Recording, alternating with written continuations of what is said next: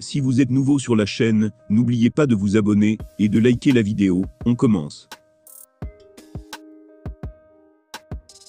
Spectateur de la cruelle défaite de Cyril Gane lors de la soirée du 4 mars, Cédric Doumbé s'est montré assez critique envers lui par la suite. Il vient d'ailleurs de revenir sur ce traitement sur les ondes du Move, en soulignant l'aspect unique de Bon Gamin. En attendant de pouvoir prouver sa valeur à l'UFC, ou au sein d'une autre top fédération, il se permet d'ores et déjà de juger celle des stars du circuit. Avec seulement 4 victoires à son actif, en tant que combattant MMA, Cédric Doumbé pourrait s'estimer mal placé pour s'attaquer à ses illustres pairs.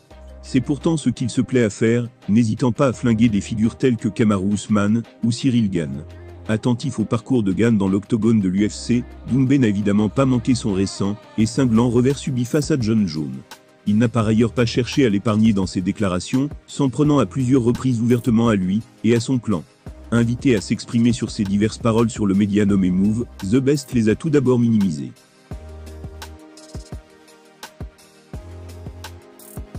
Voilà ses mots: quand je dis qu'il est surcoté, ça plaît pas à tout le monde, parce qu'il y a certains fans qui le sont aveuglément. Surcoté, ça ne veut pas dire nul. Ça veut dire qu'il n'est pas à sa place, qu'il n'est pas jugé à sa juste valeur. Sa juste valeur, ce n'est pas qu'il est très très fort, c'est qu'il est au juste milieu. Ce n'est pas de l'acharnement, je dis juste la vérité.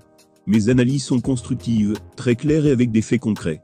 Quand je dis que je suis triste que Cyril Gane n'ait pas réussi à avoir cette couronne à l'UFC, c'est sincère. J'aurais aimé qu'il le fasse pour la France. Mais cette vidéo que j'ai faite, où je dis que Cyril est surcoté, et qu'il n'est pas estimé à sa juste valeur, ça va l'aider. C'est aussi pour lui que je le fais. À la fin, je lui donne de vrais conseils. Il y a un côté blague, mais aussi un côté amical, sincère, fraternel et compatriote. Mais surcoté, en vrai ça plaît pas à tout le monde parce qu'il y a les fans qui sont là et qui sont fans mais aveuglément, tu vois. Surcoté ça veut pas dire nul, ça veut dire qu'il n'est pas à sa place, il n'est pas jugé à sa juste valeur.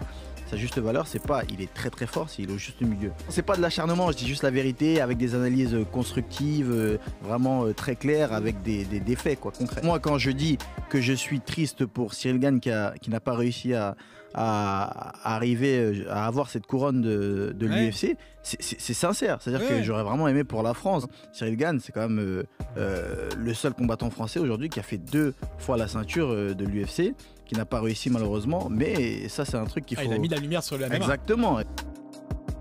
Showman de son état, Doumbé ne chercherait donc pas à enterrer Gane en le critiquant de la sorte, mais plutôt à piquer son ego, afin de le rendre meilleur. Le champion de kickboxing n'oublie pas en effet le palmarès inédit que présente son homologue.